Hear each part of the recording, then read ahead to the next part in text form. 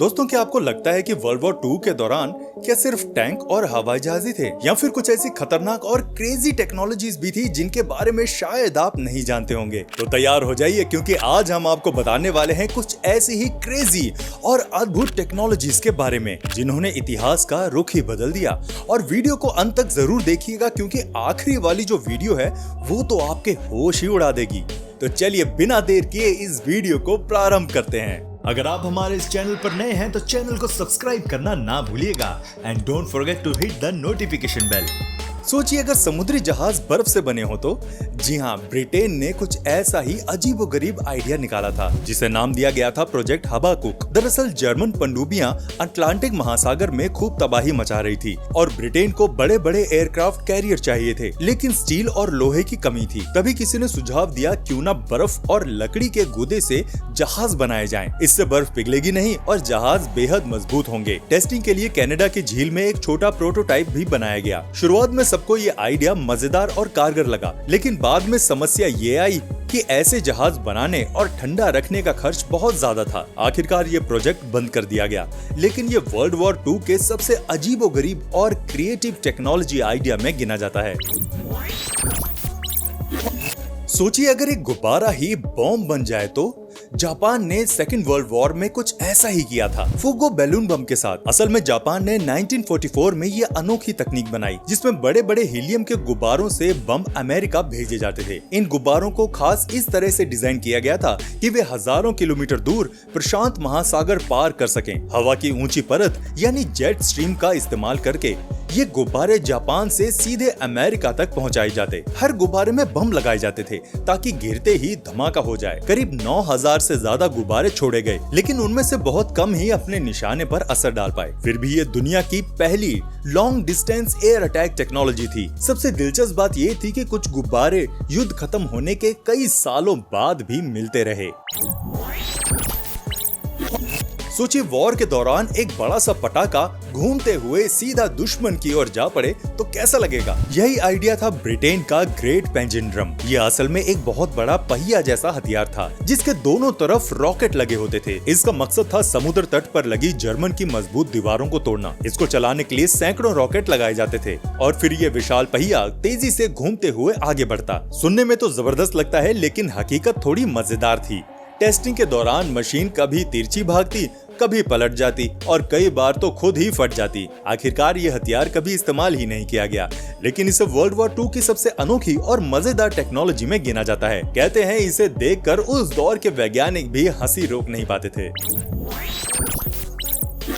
क्या आप जानते हैं कि वर्ल्ड वॉर 2 के दौरान इंसानों ने यूएफओ जैसी भी मशीनें बनाने की कोशिश की थी, जिन्हें एवरोकार कहा जाता था। असल में ये एक फ्लाइंग सॉसर शेप का एयरक्राफ्ट था जिसे कनाडा और अमेरिका ने मिलकर बनाया। इसका आइडिया था कि ये जमीन से सीधे वर्टिकल टेक ऑफ और लैंडिंग कर सके, बिल्कुल साइंस फिक्शन फिल्मों वाले यूएफओ की तरह। इसका गोल आकार और बीच में लगा टरबाइन इंजन इसे खास बनाते थे। एवरोकार को ऐसे हथियार के तौर पर सोचा गया था जो टैंकों और हवाई जहाज दोनों का काम कर सके, लेकिन हकीकत में ये मशीन ज्यादा ऊंचाई और स्पीड पकड़ नहीं पाई। उड़ान के दौरान ये हिलता डुलता रहता और कंट्रोल करना मुश्किल हो जाता था। नतीजा ये हुआ कि प्रोजेक्ट को बंद कर दिया गया। फिर भी एवरोकार ने यूएफओ कहानियों को असली दुनिया से जोड़ने का काम किया। वर्ल्ड वॉर 2 के दौरान कबूतरों को भी मिसाइल गाइड बनाने की कोशिश की गई थी। इस अनोखे प्रयोग को नाम दिया गया था प्रोजेक्ट पिजन। इसे मशहूर वैज्ञानिक बीएफ स्किनर ने डिजाइन किया था। आइडिया बड़ा हटके था। बॉम्ब के आगे स्क्रीन लगाई जाती थी और उस स्क्रीन पर दुश्मन का टारगेट दिखाया जाता था। कबूतरों को पहले से ट्रेन किया जाता था कि वो अपनी चोंच से उसी टारगेट पर बार बार टोकें। जैसे ही वो स्क्रीन पर टच करते थे, बॉम्ब का रुख उसी दिशा में मुड़ जाता था। मतलब कबूतर बम को गाइड कर रहे थे। ये टेक्नोलॉजी टेस्ट में काफी हद तक सही भी काम कर रही थी, लेकिन अमेरिकी नौसेना को लगा कि ये आइडिया थोड़ा ज्यादा ही अजीब है। आखिरकार प्रोजेक्ट बंद कर दिया गया। फिर भी सोचिए, अगर कबूतर वाली ये मिसाइलें सच में बन जाती तो इतिहास कुछ और ही होता।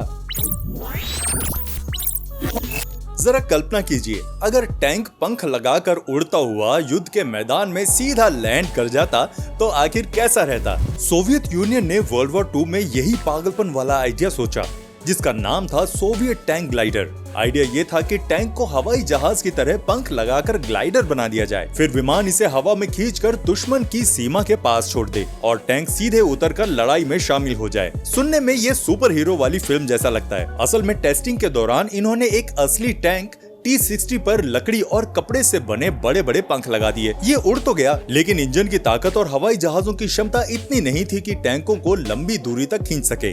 नतीजा, प्रोजेक्ट वहीं खत्म हो गया। फिर भी उड़ते टैंक का ये आइडिया आज भी सबसे क्रेजी वॉर टेक्नोलॉजीज में गिना जाता है।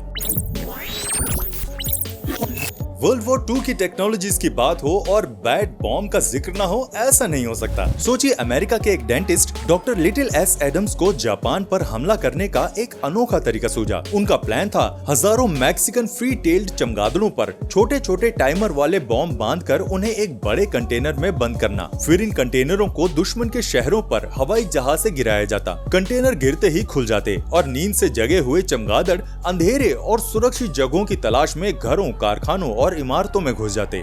जैसे ही टाइमर पूरा होता, ये बॉम्ब फट जाते और आग लग जाती। क्योंकि जापान के कई शहर लकड़ी और कागज से बने थे, तो इसे बड़े पैमाने पर आग फैल सकती थी। हालांकि इस प्रोजेक्ट को कभी युद्ध में इस्तेमाल नहीं किया गया, लेकिन ये दूसरे विश्व युद्ध की सबसे अजीब और अनोखी योजनाओं में से एक थी।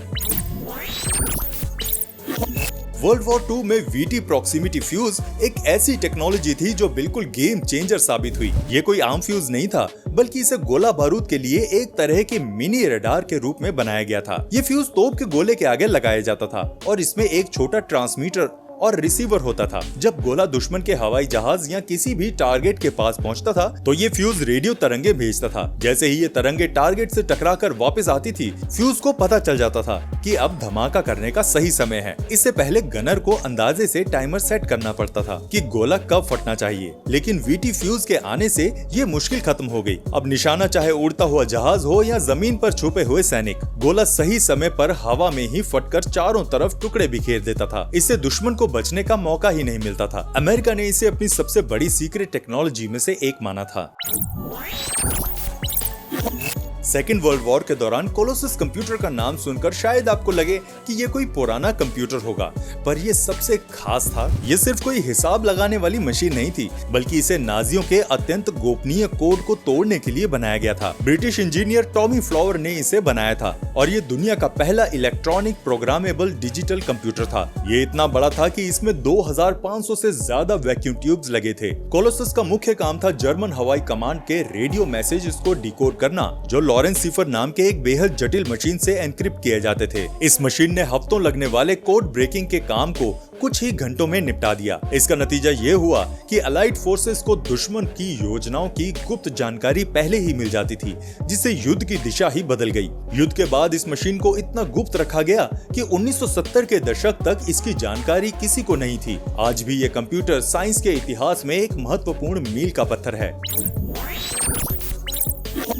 यूनिट 731 सेकेंड वर्ल्ड वॉर के दौरान ये जापान की एक गुप्त इकाई थी जो मंचूरिया में बायोलॉजिकल वॉरफेयर पर एक्सपेरिमेंट कर रही थी। इसे आधिकारिक तौर पर epidemic prevention and water purification department कहा जाता था, लेकिन इसका असली मकसद बहुत भयानक था। इस यूनिट में इंसानों को टेस्ट सब्जेक्ट की तरह इस्तेमाल किया जाता था। इन पर कॉलेरा, प्लेग, एंथ्रेक्स और अन्य घातक बीमारियों का प्रयोग किए जाते थे, ताकि ये पता लगाया जा सके कि ये बीमारियां कितनी तेजी से फैलती हैं और कितनी खतरनाक होती हैं। इन एक्सपेरिमेंट्स में कैदियों को जानबूझकर इन बीमारियों से संक्रमित किया जाता था। इतिहासकारों का मानना था कि इन अमानवीय प्रयोगों में हजारों लोग मारे गए थे। इनमें ज्यादातर चीनी और रूसी नागरिक थे। युद्ध खत्म होने के बाद इस इकाई के वैज्ञानिकों को अमेरिका ने अपनी जैविक युद्ध तकनीक के बदले में माफ कर दिया था। ये सेकेंड वर्ल्ड वॉर की सबसे क्रूर और काली तकनीकों में से एक थी, जिसकी सच्चाई आज भी दुनिया को चौंका देती है। आपको हमारी ये वीडियो कैसी लगी हमें कमेंट करके जरूर बताइएगा, और अगर वीडियो पसंद आई हो तो इसे लाइक भी कर देना। मिलते हैं आपसे अगली वीडियो में, तब तक प्लीज अपना बहुत ध्यान रखिएगा।